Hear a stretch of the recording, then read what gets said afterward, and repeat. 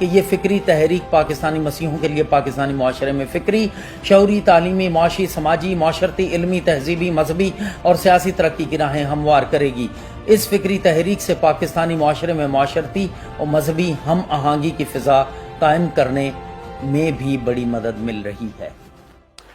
ناظرین، آپ نے پیکیج دیکھا، اب میں خوش آمدید کہتا ہوں اعظم معراج صاحب کو۔ اعظم صاحب، خوش آمدید پروگرام میں۔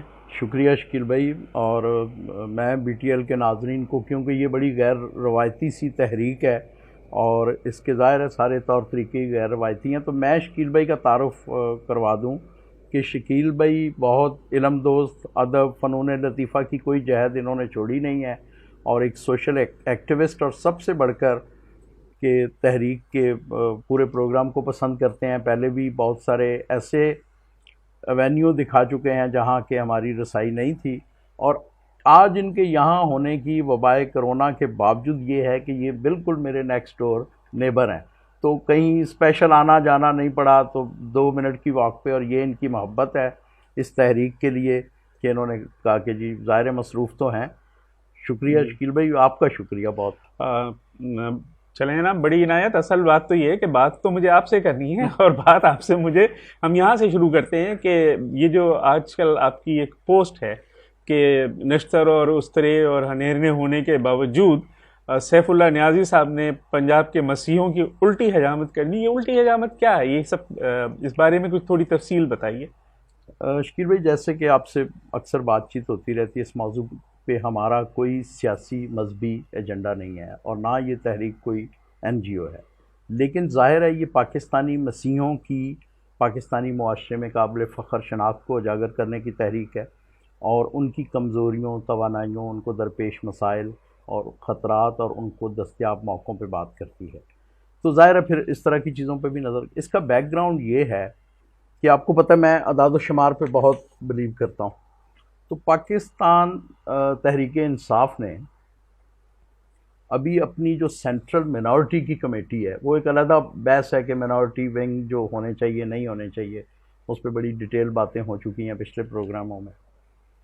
انہوں نے کیا کیا ہے کہ انہوں نے اپنی سینٹرل قیادت اناؤنس کی ہے، جس میں 16 لوگ ہیں، اور اس میں جو چیز جو مجھے ایک پاکستانی اور ایک پاکستانی مسیحی ہونے کے ناطے جس نے مجھے محسوس کیا، وہ یہ کہ 26 لاکھ کے قریب 2017 کے سینسس کے مطابق پاکستانی مسیحی پنجاب میں بستے ہیں۔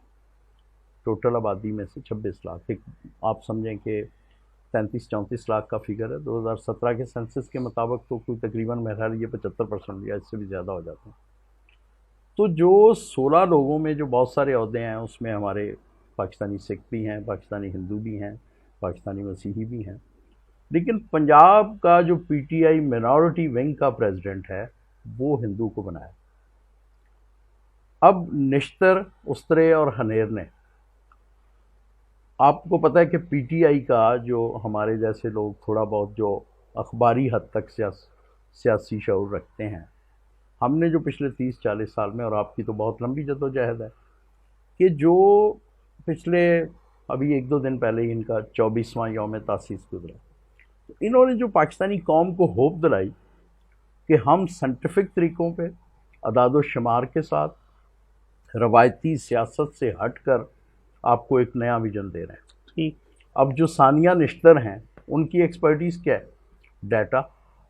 تو اب اگر کسی دیوار پہ اس کو سیف اللہ نیازی کو 26 لاکھ لکھا ہوا، اور پاکستان کے جو ہمارے ہندو بھائی ہیں وہ ہیں پورے پنجاب میں کوئی 1.25 لاکھ کے قریب، اب ایک دیوار پہ ایک ایسی پارٹی کا تنظیمی بڑا، سب سے بڑا بندہ، جس کے سائن سے یہ جو کہ میرا خیال ہے چیئرمین کہلاتا ہے، نہیں چیف آرگنائزر، اس کو دیوار پہ 26 لاکھ اور 1.25 لاکھ لکھے ہوئے میں فرق نہیں نظر آتا، تو اس کا مطلب ہے کہ ان کی یہ تیز استرے، نشتر، ہنیرنے سب فضول ہیں۔ تو یہ اب آپ مجھ سے بتائیں کہ اس پہ آپ اتفاق کرتے ہیں کہ نہیں یہ الٹی حجامت ہے؟ دیکھیں، پاکستانی ہونے کے ناطے یہ جو پورا سسٹم ہے اس پہ ایک علیحدہ بحث ہے، لیکن جب آپ مینارٹی کے معاملات دے رہے ہیں تو یہ پالیٹکس تو ہے ہی، اٹس اے نمبر گیم۔ جی جی بالکل۔ اور پھر دیکھیں، بہت بڑا، مے بی وہ جو بھی بندہ ہے وہ لڑکا ہے یا بڑی عمر کا آدمی ہے جس کو بنایا انہوں نے، وہ بہت قابل ہوگا. تو اگر وہ اتنا ہی قابل ہے تو اس کو کیانی کی جگہ جنرل سیکرٹری کیوں نہیں لگا دیتے پی ٹی آئی کا؟ اس میں نقطہ یہ ہے کہ کسی بھی کمیونٹی کی بنیاد پر جب آپ نے منارٹی کا پریزیڈنٹ لگایا تو ہر مسیحی سماج، ہندو سماج یا مسلم سماج، جب آپ نے ان کو مذہب کے بنیاد پہ ان کا ایک علیحدہ پریزیڈنٹ بنایا تو ہر سماج کی ہر اس کی مذہبی باریکیاں، سیاسی ضرورتیں وہ فرق ہوتی ہیں، وہ دوسرا نہیں سمجھ سکتا. اور یہ کیونکہ نمبرز گیم ہے تو آپ نے یہ نہیں خیال کیا، تو یہ ایک کتھارسس تھا میرا. نہیں، یہ بات بڑی حد تک درست ہے، کیونکہ جمہوریت میں ہم میجورٹی کی بات کرتے ہیں، اکثریت کی بات کرتے ہیں، اور یہ معاملہ جو ہے بنیادی طور پہ اقلیت کے اندر اکثریت کی بات ہے اگر دیکھا جائے تو. بالکل صحیح. یعنی اگر آپ کہہ رہے ہیں کہ پنجاب میں فرض کر لیتے ہیں کہ جو سارے اقلیت کے لوگ ہیں وہ 40-45 لاکھ لوگ ہیں، تو اس میں جو میجورٹی ہے وہ مسیحیوں کی ہے، تو اگر آپ پارٹی کے اندر کوئی عہدہ دے رہے ہیں تو آپ کی بہتر نمائندگی اسی وقت ہو سکتی ہے کہ جب اس میجورٹی کو وہ ریپرزینٹ کرے. بالکل. تو اس حد تک تو ظاہر ہے کہ آپ کی نہیں، پھر اس میں انہوں نے ٹھیک کیا ہے، وہ جو پریزیڈنٹ ہے وہ کرسچن ہے، پھر اس کے بعد سینئر وائس پریزیڈنٹ، جیسے ہمارا ایسوسیشنوں وغیرہ میں ہوتا ہے، گیو اینڈ ٹیک ہوتا ہے. لیکن پنجاب کی اچھا وہ 40 بھی نہیں ہے. آپ سمجھیں کہ کوئی اگر 26 لاکھ کے قریب کرسچن ہیں اور 1.25 لاکھ کے قریب ہندو ہیں اور کوئی 8-10 ہزار سکھ ہوں گے اور اس کے بعد پھر کوئی تھوڑے سے احمدی ہوں گے 1.5 لاکھ، تو یہ میرا خیال ہے کوئی 95% مینورٹی کی بنیاد وہاں مسیحیت ہی ہے. صحیح ہے. تو اب ان کا پریزیڈنٹ آپ جو اکثریت کو دیکھیں، ایک چھوٹے گروہ کو مسیحی تو ان کے معاملات دیکھ سکتا ہے، لیکن اکثریت کے مسائل ہی زیادہ ہوں گے نا. تو آپ نے پرٹیکولر جو پنجاب کا پریزیڈنٹ ہے وہ اب یہ بالکل ہی غیر مناسب سی بات ہے. تو آپ نے جو یہ پوسٹ لگائی ہے، ظاہر ہے کہ اس کو لوگ دیکھ رہے ہیں، پسند کر رہے ہیں، اس پہ کمنٹس آ رہے ہیں، اس پہ رسپانس آ رہے ہیں.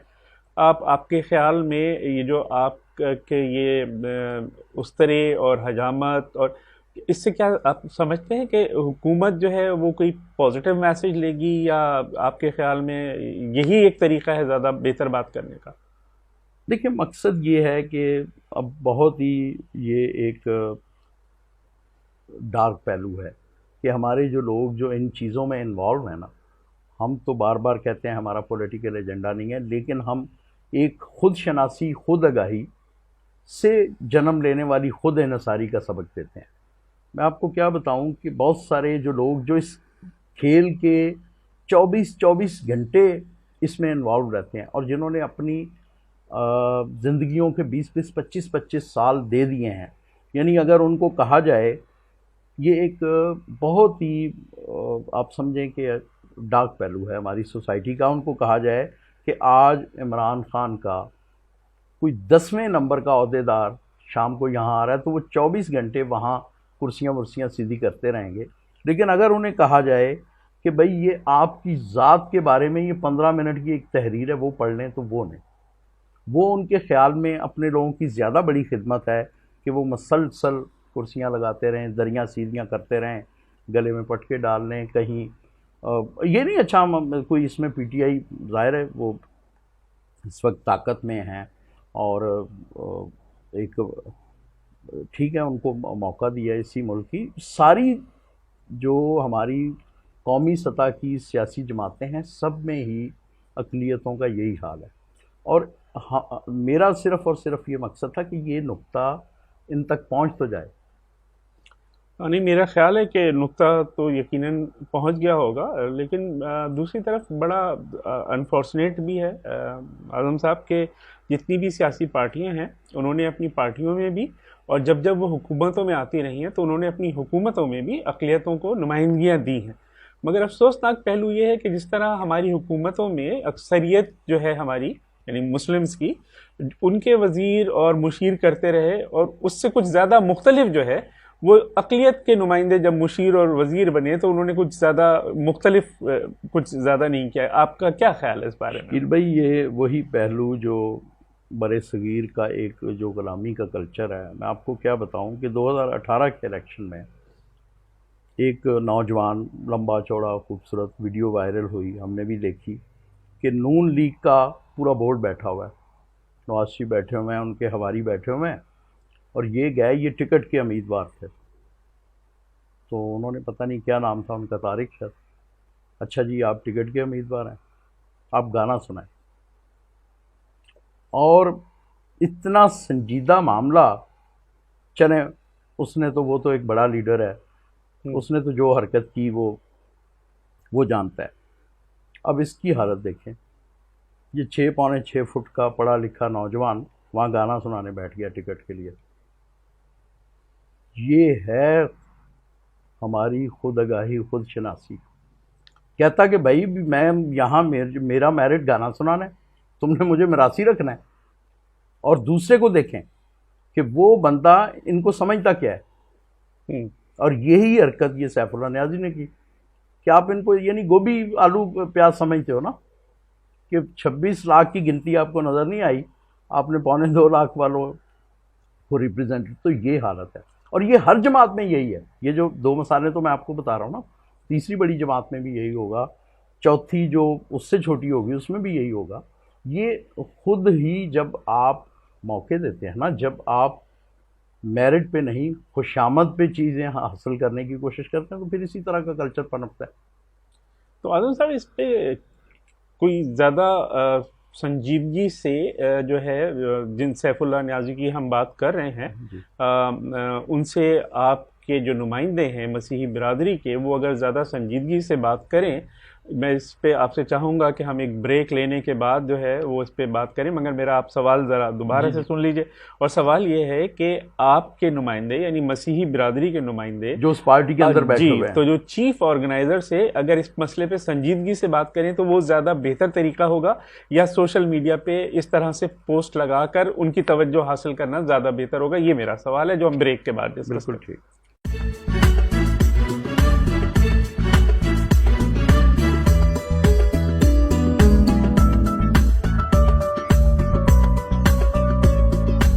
وطن کی مٹی گواہ رہنا، گواہ رہنا،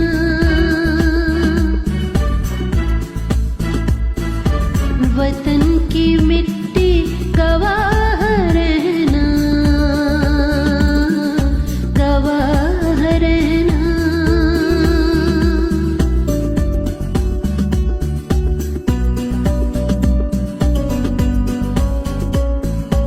وطن کی مٹی عظیم ہے تو، عظیم تر ہم بنا رہے ہیں، گواہ رہنا. وطن کی مٹی گواہ رہنا، گواہ رہنا، گواہ رہنا.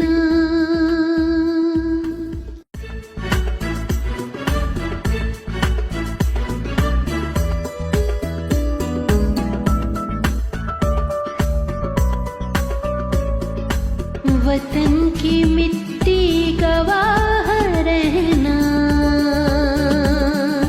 گواہ رہنا.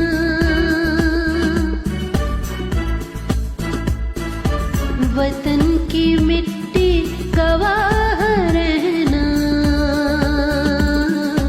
گواہ رہنا.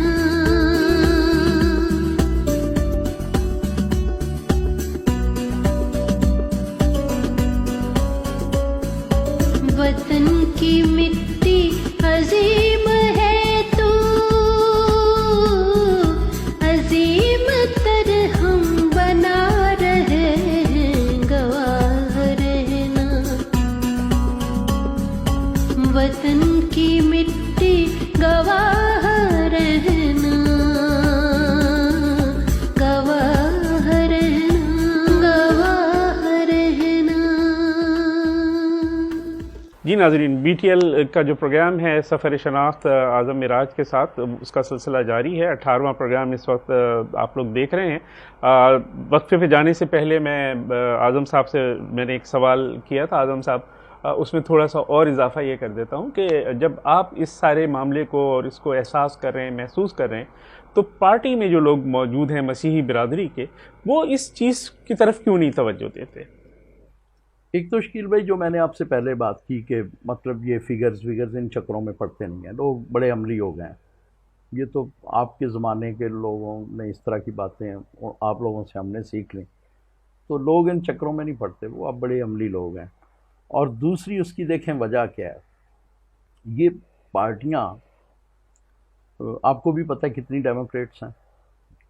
یہ پارٹیاں میرے خیال ہے زیادہ تر اب ایک لوگوں کی، خاندانوں کی یا کسی شخصیت کی ایک امپائرز ہیں. اب وہ نیچے تک ٹریول کرتا ہے. اب کون کرے گا؟ کون؟ جو پارٹی کے دوسرے عہدیدار ہیں. اب یہ 16 رکنی فیڈرل گورنمنٹ، فیڈرل ان کی تنظیمی کمیٹی بن گئی. اب نیچے والوں کو کیا ہوگا جو ایکٹیو ہوں گے پارٹی میں کہ یار اگر میں بات اٹھاؤں تو مجھے فرض کریں کہ پنجاب کو یا صوبہ سندھ کو انہوں نے 3-4 ریجن میں بانٹنا ہے اور مجھے اگر پریزیڈنٹ شپ ملی، اسی طرح کا بندہ بات کرے گا نا جو اس طرح کا نمایاں ہوگا. اب وہ 10 15 20 ہوں گے کہ کوئی پنجاب کے 3 پریزیڈنٹ جنہوں نے بننا ہوگا، کوئی سندھ کے، کوئی بلوچستان کے، کسی اس طرح کے جو عہدے ہوں گے، تو وہ بیچارے خاموش بیٹھے ہوں گے کہ یار میں اس طرح کی بات اگر اٹھاتا ہوں کولیکٹیو تو میرا وہ جائے گا. اور یہ چیزیں پھر نیچے تک ٹریول کرتی ہیں. یہ ایک انتہائی ایسا پہلو ہے جس پہ اب کیا بات کی جائے.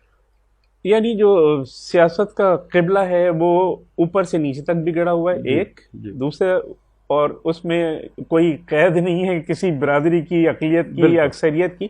تو پھر ان سارے معاملات کا حل کیا ہے؟ پارٹی کے باہر بیٹھے ہوئے لوگ آپ جیسے اس چیزوں کو محسوس کر کے جب تنقید کرتے ہیں تو اس سے اثر کتنا پڑے گا جب اندر پارٹی کے لوگ بیٹھے ہوئے تنقید نہیں کریں گے؟ تو دیکھیں ہمارا تحریک شناخت جو کلیم کرتی ہے، اب وہ کس حد تک صحیح ہے غلط ہے، ہم کہتے ہیں کہ ہم آپ کو آگاہی دے رہے ہیں آپ کی کمزوریوں کی، آپ کی توانائیوں کی. اس کیس میں آپ کی توانائی ہے 26 لاکھ تعداد ہونا، تو آپ کو یہ پتہ ہے، آپ اس کو پوائنٹ آؤٹ کریں. دوسری صورت یہ بھی دیکھیں کہ مجھے کسی سے ظاہر ہے کوئی باعث ازم نہیں ہے کیونکہ ہم اس کھیل کے حصے دار نہیں ہیں. تو جب آپ کسی کھیل میں شامل نہیں ہوتے تو پھر آپ وہ باعث ازم بھی نہیں ہوتا. اب اسی سیم ہم یہ بات کرتے ہوئے جب لفظ ہندو پاکستانی استعمال کرتے ہیں تو وہاں ایک اور میں آپ کو یہ جو اشرافیہ ہے نا ان کا رویہ دیکھیں.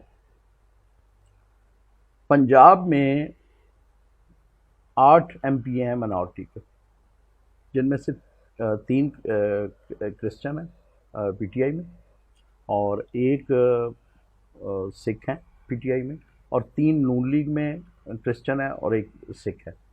اب سکھوں کی تعداد 8-10 ہزار سے پورے پنجاب میں نہیں ہے زیادہ، اور ووٹ ہوں گے ان کے 2-2.5 ہزار. اور ہندو ہیں کوئی 1.25 لاکھ، تو ہندوؤں کا کوئی نمائندہ نہیں ہے. اب جو اشرافیہ یہ نظام وضع کرتی ہے ان کا آپ رویے کا ان سے اندازہ کریں کہ یہاں اپنی چوائس پہ جو بھی وجہ ہوگی، میرٹ ہو، یہ میرٹ تو خیر ہو ہی نہیں سکتا کیونکہ جب تعداد کی معاملہ ہے یہ تو میرٹ نہیں ہے. ویسے وہ بندہ قابل ہو، اہل ہو، وہ ایک علیحدہ بحث ہے. وہ ہے تو اس کو پھر پارٹی میں کوئی بہت بڑا عہدہ دے دو. اگر وہ اس لیول کا جینیس ہے تو اس کو پارٹی میں کوئی عہدہ دے دیں. آپ اس کو جنرل سیکرٹری لگا دیں کیانی کی جگہ، یا چیف آرگنائزر ہی سرنڈر کر دے اگر اتنا متاثر ہے اس سے تو. اور دوسری طرف ان کے ساتھ کتنی زیادتی ہے کہ آپ نے 2-2.5 ہزار ووٹوں پہ 2 MP دیے ہوئے ہیں اور 2.25 لاکھ بندوں کا کوئی ریپرزنٹیشن اسمبلی میں نہیں ہے. یعنی وہ چاہے پہلے نون لیگی اشرافیہ تھی سیاسی یا PTI والے ہیں، تو انہوں نے یہ غور ہی نہیں کیا کہ ان کو بھی ریپرزنٹیشن چاہیے.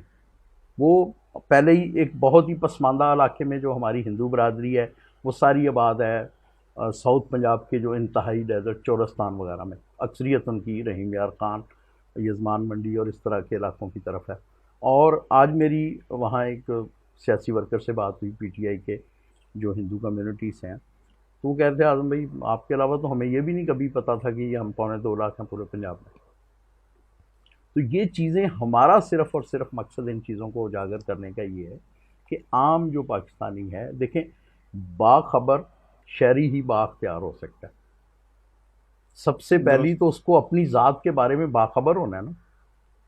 تو یہ نہ صرف باخبر ہونا ہے اعظم معراج، بلکہ اگر آپ دیکھو دنیا کی تاریخ اٹھا کر تو حقوق جب بھی ہوئے ہیں اجارہ داریوں نے یا غاصبوں نے جب سلب کیے ہیں، تو جب تک آپ نے آوازیں نہیں اٹھائی ہیں آپ کو وہ نہیں ملے، چاہے وہ مسئلہ شکاگو کے شہیدوں کا ہو، مزدوروں کا ہو، ٹھیک ہے نا، یوم مئی آنے والا، اس حوالے سے مجھے یاد آ گیا، یا پھر خواتین اگر اپنے حقوق کی بات کرتی ہیں تو وہ جب تک احتجاج نہیں کرتی یا اس کو حاصل کرنے کی باقاعدہ اسی طرح اگر ہماری اقلیتیں بھی اپنے اپنے پلیٹ فارم سے اپنی اپنی جگہ پہ جہاں جہاں ان کی نمائندگی ہوتی ہے اور ہونی چاہیے، اگر وہ آواز نہیں اٹھائیں گے تو پھر یہ صورتحال ہمیشہ درپیش رہے گی. اور آپ بہت اچھا کرتے ہیں کہ کسی نہ کسی حوالے سے غیر جانبدار ہو کے ایٹ لیسٹ اپنی برادری تک، اپنی کمیونٹی تک جو ہے وہ پیغام پہنچا دیتے ہیں کہ انہیں کیا کرنا چاہیے.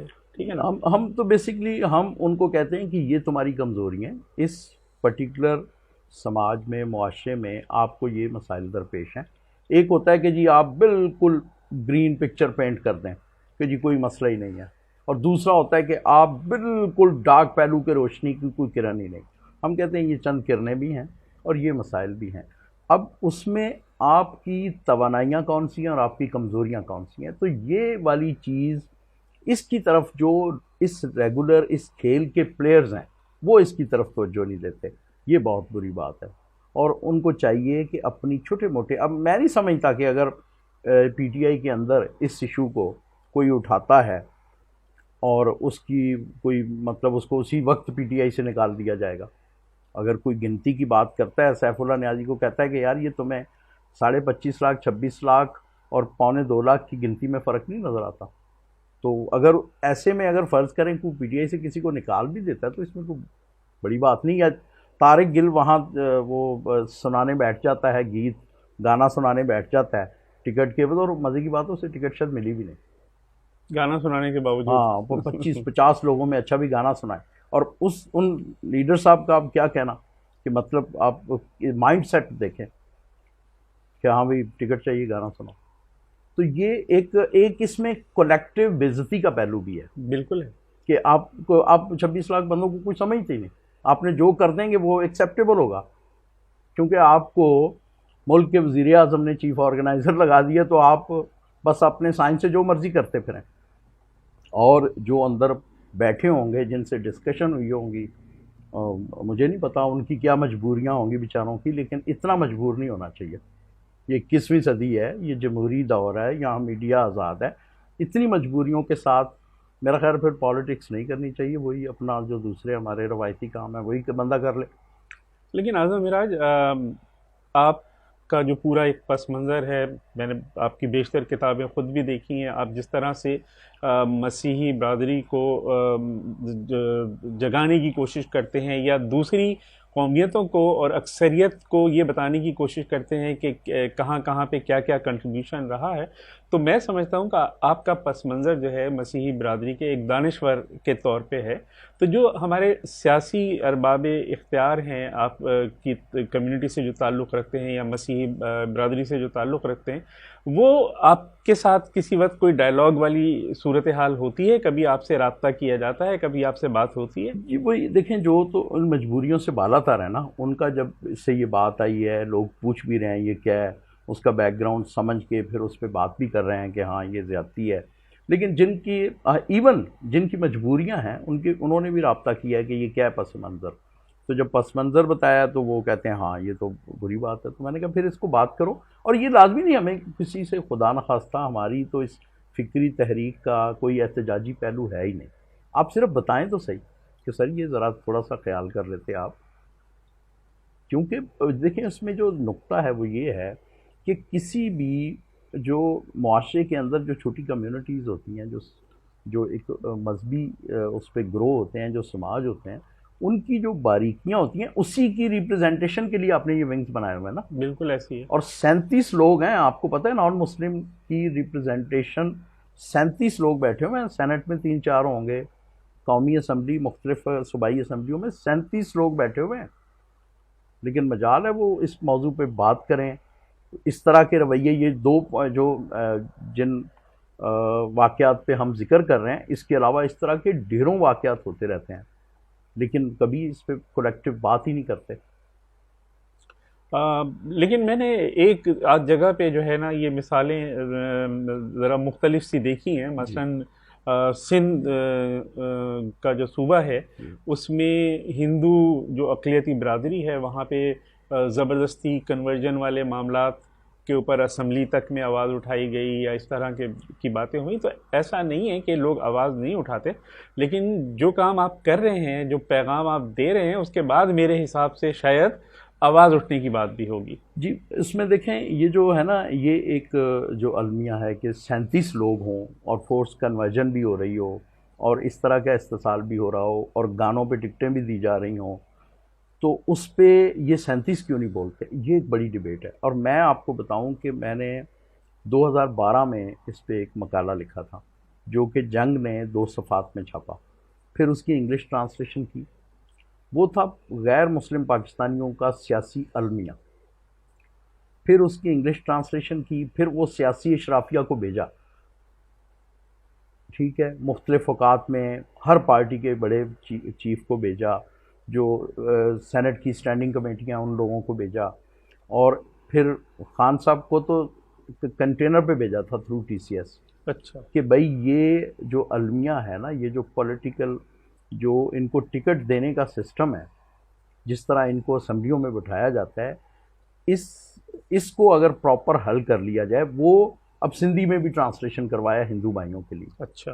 ایک ہمارے دوست ہیں بڑے نوجوان صحافی ساگر سندریو، رحیم بخش ساگر سندریو، تو اس نے بڑی وہ 2012 سے آج 2020 اس میں مسلسل ان پٹ ڈلتی رہتی ہے، ریسرچ ہوتی رہتی ہے کہ 73 سال میں مختلف اوقات میں کس کس وقت میں کون کون سے نظام نان مسلم پہ تھوپے گئے، اور اس میں یہ خرابی تھی، اس میں یہ خرابی تھی، اور یہ اس میں دوہرا ووٹ اس طرح ہو جائے تو بہتر ہے. ان کے میری ناقص رائے میں 80% مسائل حل ہو سکتے ہیں. یہ جو شناخت کے ہیں، یہ جو چھوٹے موٹے پرابلم کے ہیں، یہ سارے اس طرح کے پرابلم.